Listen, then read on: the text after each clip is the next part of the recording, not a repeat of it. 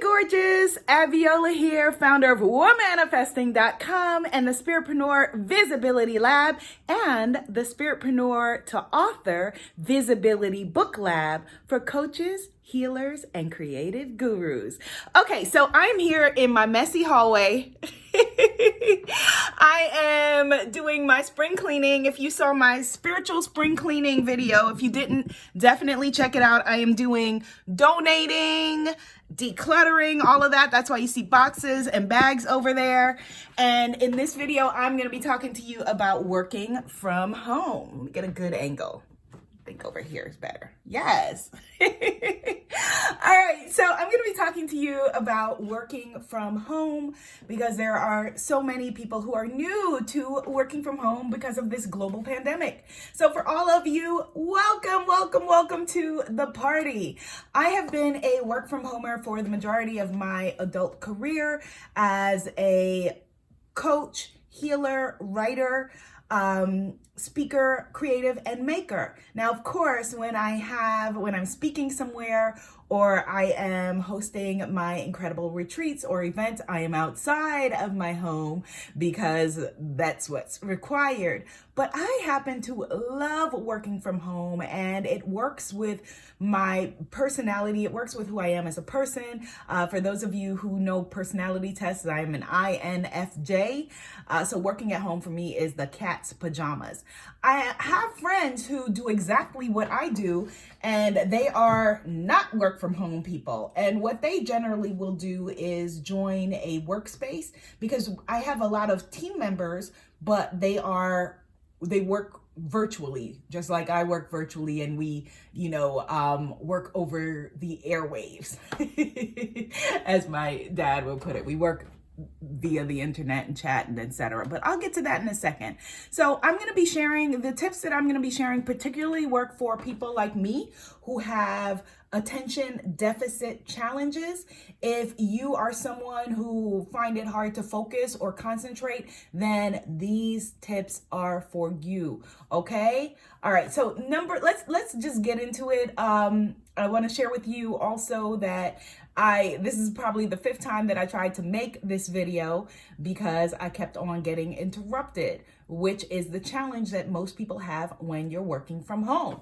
So number 1, make sure that you have a set workplace. Don't, you're working in your bed this moment, you're working on the couch this moment, you're working this other place. Make sure that you are clear and you have a very set area. Okay, this is my workspace if you do not have an office. So I happen to live in New York City, so space is at a premium, as you can see from my messy hallway.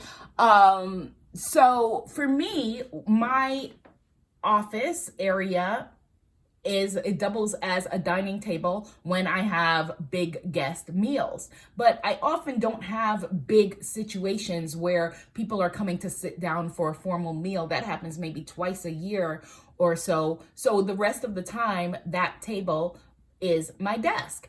And it is a great place for me to use to organize my things and all of that stuff, even though when I do the bulk of my work, which is, either creating new courses like the Spiritpreneur Visibility Lab or, talking to my clients over Zoom or Skype, recording new materials, writing my upcoming book, all of those kinds of things. A lot of it I also do on the sofa. So I'm very clear that I have 3 designated work areas and none of them are my bed, because you want to keep your bed comfortable for only 2 things should be happening in your bed. So for me, my 3 designated areas are my desk, which, because I'm still a person that loves to work things out on paper. So my desk is a designated organizing space. I have bookshelves, bookcases, and then my sofa is where I sit comfortably to be able to write and do things like that a lot of the time. And you can get desks on Amazon. I'll see if I'll put some links below of some easy desktops that you can use on Amazon to work on your sofa. Or number 3, when you want to have a standing desk option, if you have any kind of bar space in your home, in my kitchen, I have a kitchen bar counter. So that is where, if I want to do standing desk, where I work there. And again, you can put an attachment that allows you to be able to, if you need more room, to lift stuff up so that you can stand and work. Or you can just stack books and do it that way, and that'll give you a bit of variety. Okay, so that's number one. You want to make sure that you have a designated space. You also may want to set the mood for yourself. If you live with people and you need to put a do not disturb, or they know that when they see you sitting there, that's when you're working.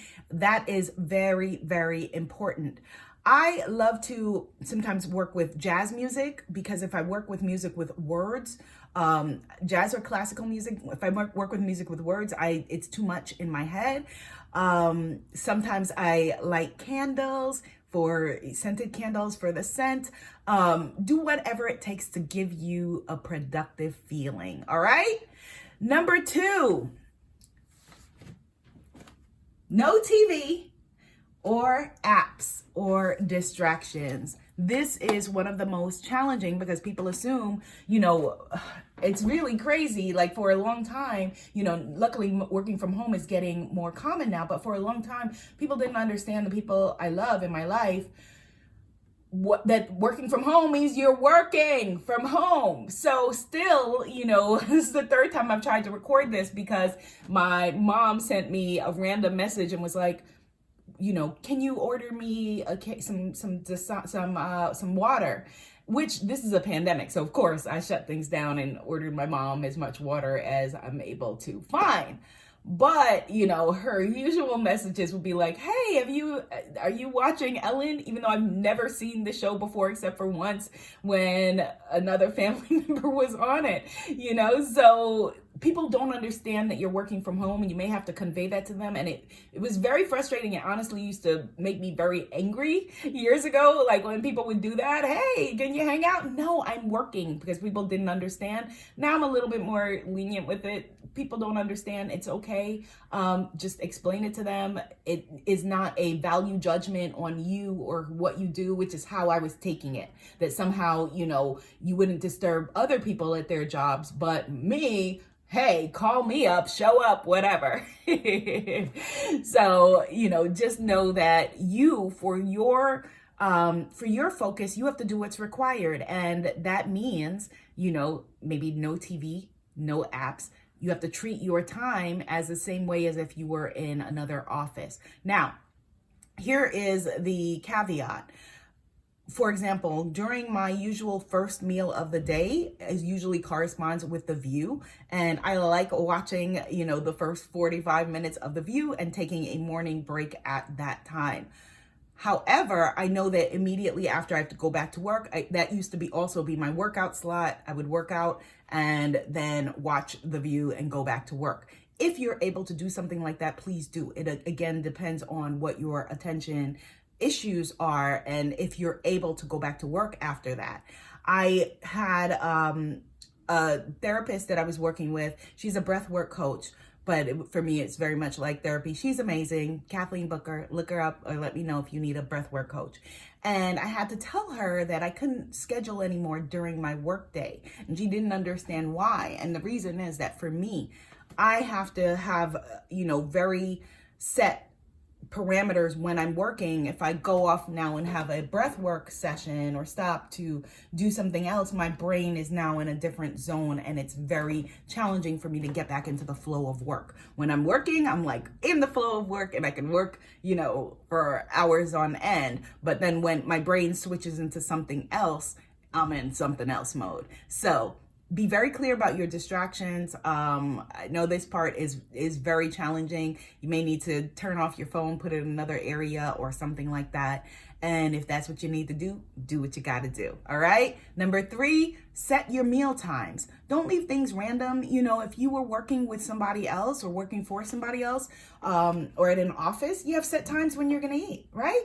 So the same when you're working at home, you can know, okay, I need if you have a mid-morning snack, just like you would do with your kids, or, whatever it is, this is my lunchtime, this is my dinner time, this is my breakfast time, or whatever it is, organize those times and have them set. The routine is really, really good for your productivity, particularly those of us who are otherworldly, empathic beings. And I don't remember, because like I said, I've done this video, started this video a couple of times, and then my mom called. But if I didn't already say, my personality type is INFJ. So do with that as you will. It lends itself easily to working at home.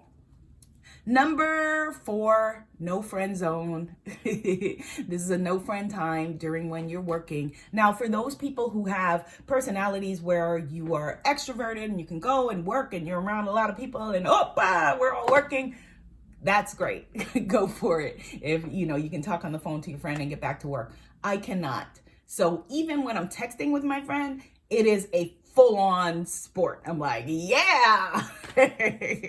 And then I'm off base, which, for those of us who, if you run your own business, your time is valuable. Your time is, your time should be valuable no matter what. But if you don't work, you're not going to, create whatever it is that you came to create in the way that you're wanting to create it. And the reason for creating your own business is because we love what we do. And so alignment always over hustle. Alignment over hustle. Alignment over hustle. So have times where it's set for your friends, and make time for your friends, but that time may not be or should not be necessarily during your workday if that doesn't work for you. All right. Number 5, batching. Batching and chunking. I hate the word chunking, but it basically means organizing your time into chunks where you're doing similar tasks. So this is email time, this is video time, this is, coaching or consulting time or whatever it is great for productivity, especially if you have attention challenges or are just easily distracted.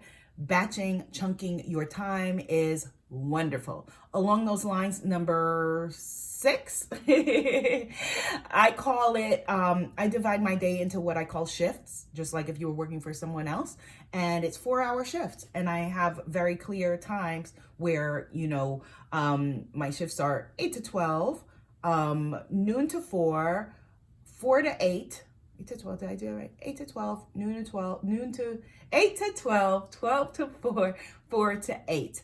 And during those shift times, like I know, for example, like cleaning this hallway that I'm doing now would be usually within a specific shift, so those kinds of things are really, really helpful for organizing your time. All right. Especially for the new work from homers who are just doing this as a temporary solution. Number 7, self-care during work from home is really important. So if you're somebody who gets into a zone, I get into a zone and then I'm in a zone and I'm like there in that, because I'm so passionate about what I do. And you can let your basic self suffer. And I've had friends talk to me about this. I've had clients talk to me about this. So make sure that you're eating. It may help to move, a water jug to your work area. If you're somebody that's not going to get up and get water, get up, go to the bathroom, take care of your bladder, take care of your body.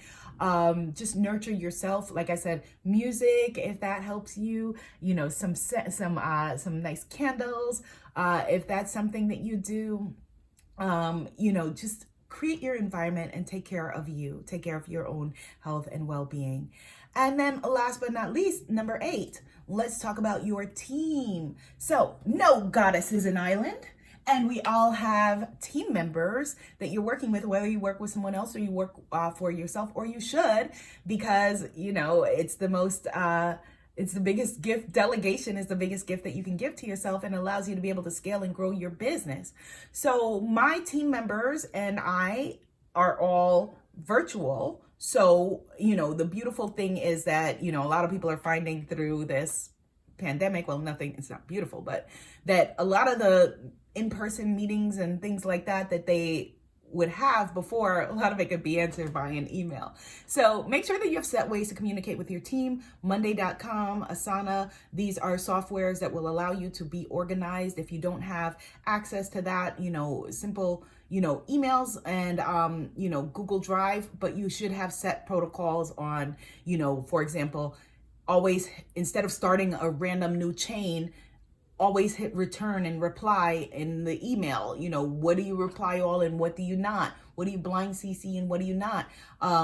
Having very clear subject lines in emails is very important. Not, hey, Susie, or whatever. Then when you're trying to find the email, it's really annoying. You know, have very clear subject lines explaining what it is, you know, and folders, and organizing yourself and your team members that way. If you have a virtual team, giving them instructions by listing out things, you know, numerically, number 1, do this, number 2, number 3, is much better than paragraphs where things can get clouded. And it is miraculous and incredible. Recently, I had a team member that I helped to facilitate her moving to work with someone else that I know. And the person was amazed because she was, you know, she's an older person from a different world where you needed to have face-to-face conversations all the time. And she was amazed that this team member who's been with me for 2 years, that this was the first time in maybe a year that I had a face-to-face conversation with her and having this 3-way call. And because there was no need to, because we've been communicating and chatting and, you know, sending out, you know, very detailed responses. And so we've been very productive that way. So of course, though, you want to prioritize mental health and stability and healing, and so do what works for you. All right. So hopefully that is super helpful. I'm going to put a link to my free Stop Self-Sabotage kit under this conversation. And also, if you are a coach, a healer, or creative guru who is wanting more visibility in your business, I have a free masterclass for you at richgoddess.club. What's the link? richgoddess.club. Say that again. richgoddess.club. Bye. Be seen, be heard, be a movement. Bye. Get back to this hallway.